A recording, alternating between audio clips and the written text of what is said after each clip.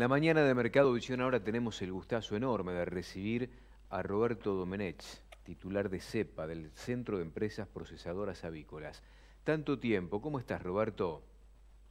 Bien, Silvia, buen día. Aquí Con- estamos, ¿Contento por Boca? muy contento. Parece que, que se enteraron que en el equipo tiene que haber un 5 o por lo menos gente en el medio de la cancha. Te veo muy Así que, contento. La verdad, bueno, me pone bueno, contento también, más allá de que yo esté en la vereda de enfrente. Pero bueno, un amigo es un amigo. bueno, por lo Roberto, menos sacaremos mejores partidos. sí, exacto. La pregunta es, hoy, ¿la actividad productiva de la avicultura es rentable? Qué pregunta, ¿no? Te diría, eh, financieramente el ciclo de crianza eh, funciona. Que quiero decir, la plata que se recauda por la venta cubre los gastos para mantener en giro el capital. Llevamos 5 años sin inversiones. Si lo medimos integralmente como tiene que ser un balance, no hay ninguna duda que nos estamos descapitalizando. Y esa descapitalización termina teniendo un costo importante en la productividad. Por alguna razón, más allá de los derechos de exportación o del atraso cambiario, vamos perdiendo mercado internacional en forma alarmante. No, no nos da el costo con los precios que hay en el mundo. 5 años sin inversiones, ya me tiraste un título, ¿eh? ¿Qué Mm. impacto tiene? Porque esto me imagino que debe poner el aspecto productivo de la actividad en un punto de equilibrio en los últimos 5 años, lo cual tenemos que hablar lamentablemente de retroceso, ¿no? Y bueno, nosotros venimos creciendo de alguna manera en volúmenes, pero en niveles muy amesetados, digamos, creciendo 1 kilo, 1,5 kilos, 600 gramos más de producción anual, pero estamos rebotando alrededor de los 2.380.000, 2.460.000 toneladas. Y eso tiene mucho que ver fundamentalmente con el peso final de los pollos, que la genética y el avance en la utilización del alimento balanceado permiten tener mejor peso en menos edad. Pero, eh, por ejemplo, en materia de inversión de frío, yo diría que fue las últimas grandes inversiones que se hicieron y que se hicieron sobre lo que fue 2014, 2015, 2016. Después se han ido incorporando según el crecimiento de alguna empresa de mediana chica a mediana.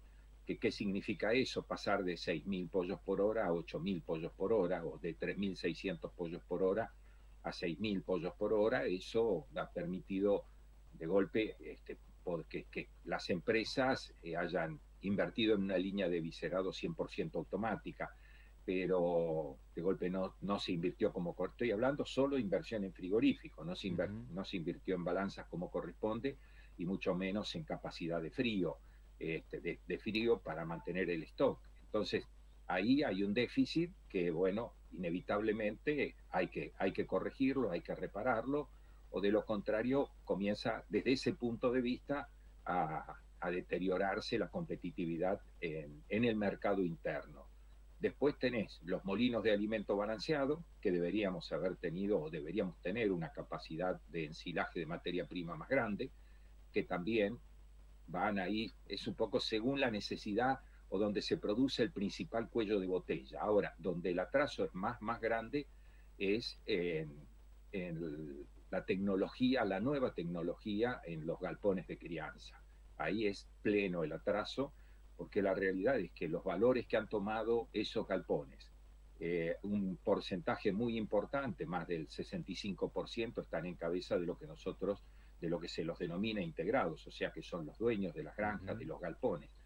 El valor de esos galpones, incluso con la retribución que se percibe y que no es de hoy, que siempre estuvo en un punto de conflicto, precisamente porque el sector, las condiciones macroeconómicas y demás no avalaron el crecimiento, la falta de crédito y la falta de plazo para el crédito hacen que ahí prácticamente llevemos años hablando y no salimos de hablar.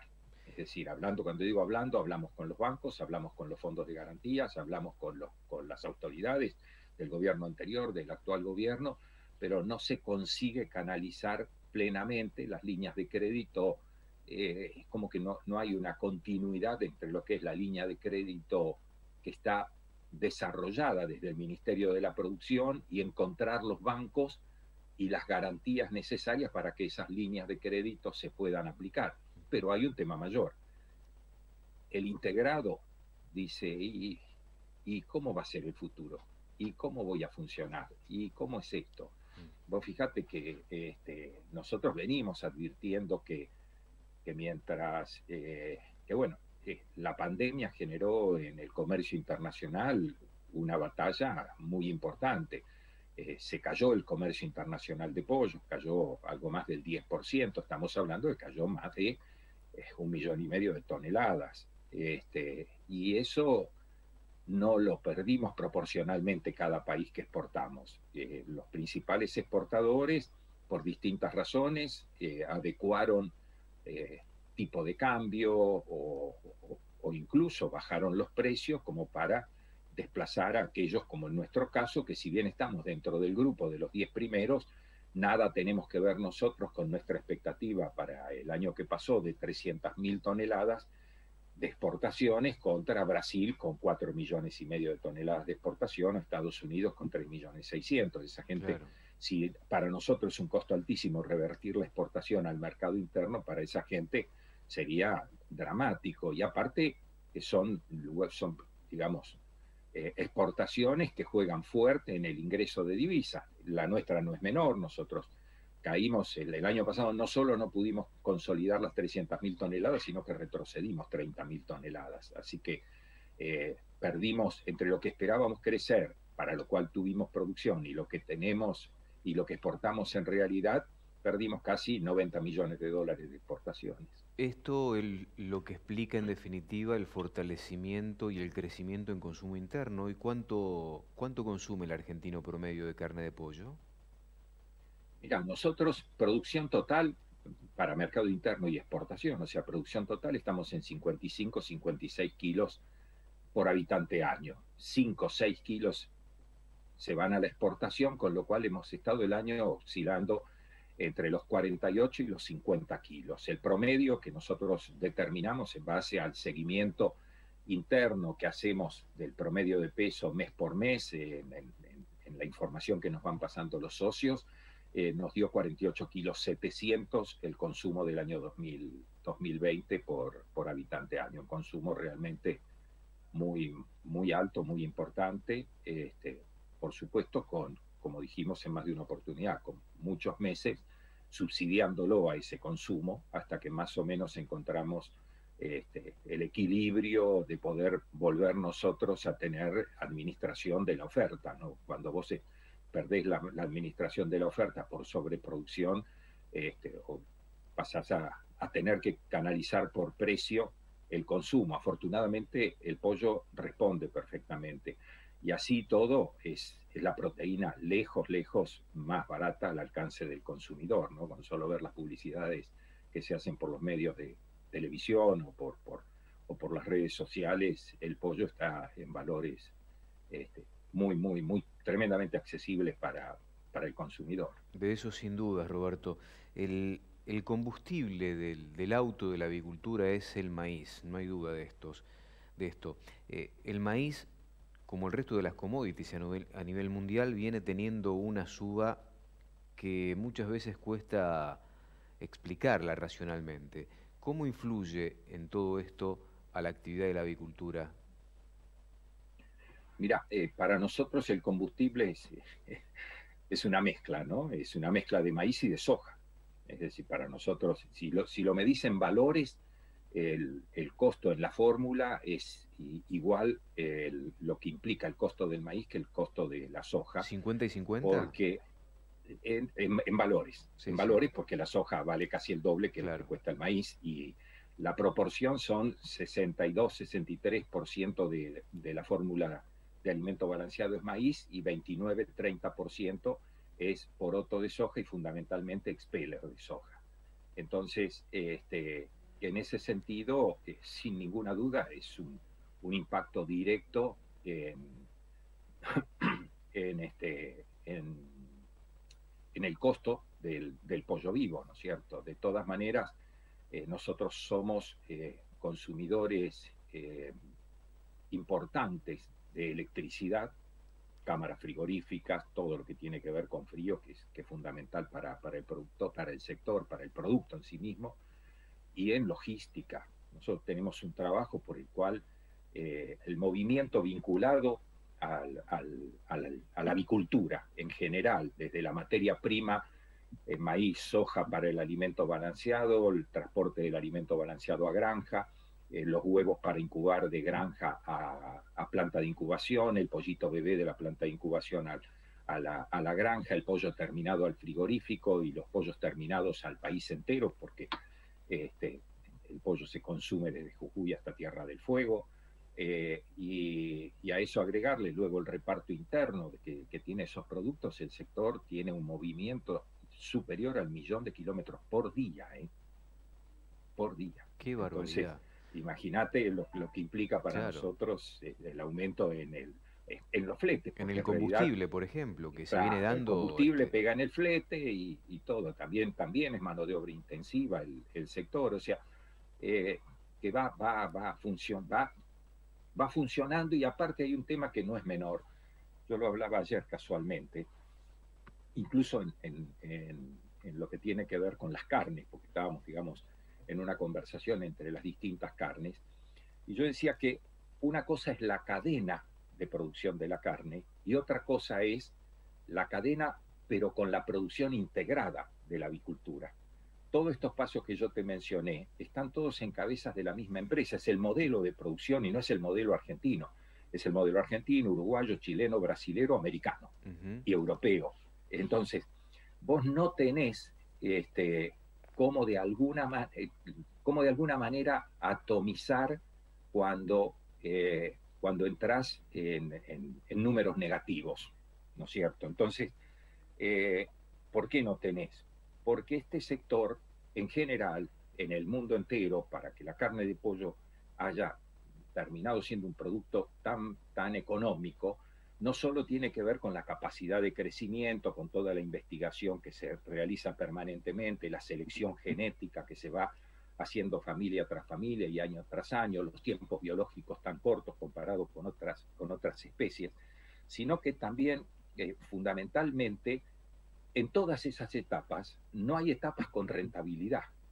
Es decir, si nos vamos a la avicultura de los 70, de finales de los 60, 10, 15 años de historia en la avicultura industrial en ese momento, no más de eso, el que producía huevo incubable se lo vendía a la planta de incubación. La planta de incubación producía el bebé y se lo vendía al criador. El criador producía el pollo y se lo vendía. Las fábricas de alimento balanceado hacían el alimento y lo vendían, y todas esas etapas tenían rentabilidad. La integración eliminó todas esas rentabilidades.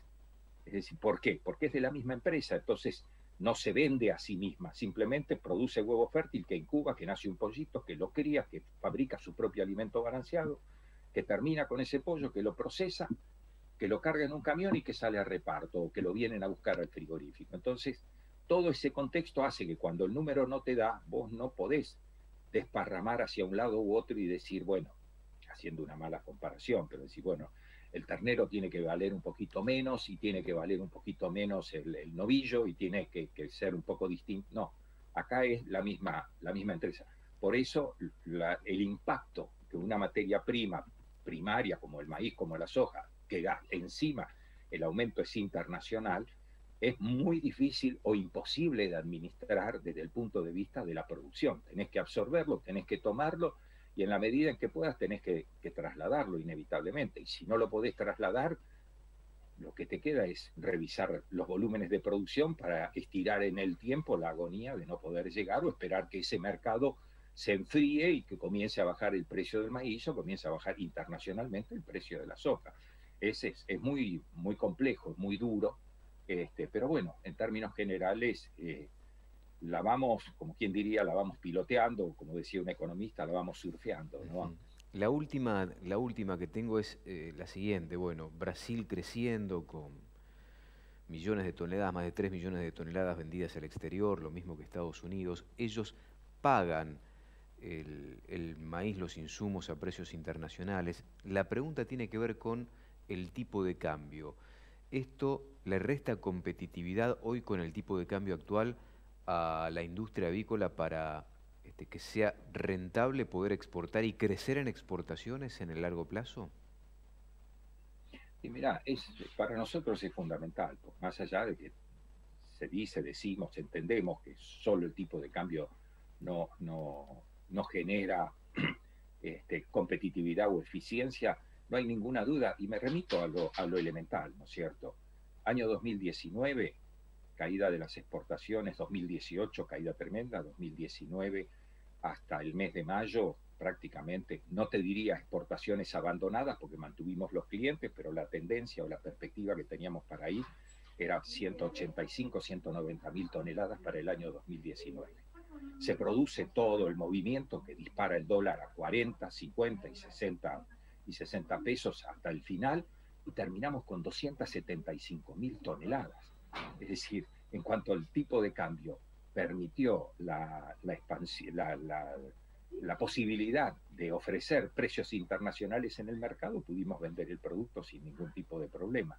Comienza otra vez a quedarse de una o de otra manera. No hablemos de lo nuestro, supongamos que el dólar hubiera seguido, pero nos encontramos en el medio con la devaluación brasilera del 45% del año 2020. Esa devaluación, los brasileros que no viven con el dólar en la cabeza, directamente lo bajaron en precios. Y vos de golpe estabas cerrando operaciones, por decir un número, $1.450, y te encontrabas con que Brasil había cotizado $1.300 o $1.280. ¿Por qué? Pues la devaluación la pasaron derecho a precio y porque se daban cuenta que iba a caer el comercio mundial y que en consecuencia ellos tenían que estar en competencia. ¿La devaluación fue hecha para la avicultura brasilera? No. ¿Por qué se hizo? Brasil sabrá. Pero la realidad es que llegó a estar en el 52% la devaluación del real. Después recuperó 45%, creo que en este momento, si lo retrotraemos, midiéndolo un año atrás, la devaluación fue del orden del 42, 43%. Pero son números importantísimos. Entonces, la realidad es que son pocos los elementos que el gobierno puede manejar y nos preocupa enormemente la tendencia que el presupuesto de este año está marcando en general, porque no lo digo yo, lo dijo el ministro de Economía. Pauta de inflación 29%. Salarios que estamos negociando en este momento y estamos negociando dentro de esa pauta por encima de la inflación unos puntos y estamos y vamos a entendernos, porque lo queremos importante que mejore de alguna manera el poder adquisitivo de la gente para el mercado interno. En definitiva, acá vendemos el 90% de la producción, por un lado. Y por el otro lado, tipo de cambio ajustado 5 puntos abajo de la inflación. Es decir, 5 puntos abajo implica que vamos a tener aumento de costos en dólares. No hay otra forma, porque cuando vos tenés el costo en pesos y lo dividís por un dólar que se va atrasando o como quiera ser, y bueno, vamos a tener ese problema. No hay forma de leerlo de otra manera. Y hay un tema que es fundamental. De las tres variables, inflación, pauta salarial y dólar, la que realmente el gobierno puede manejar es el dólar. Te mando un fuerte abrazo, Roberto. Gracias como siempre. A vos, Silvio, un placer hablar contigo. Igualmente. Gracias. Roberto Domenech, presidente de CEPA, charlando con nosotros en Mercado Visión. Pausa, ya estamos.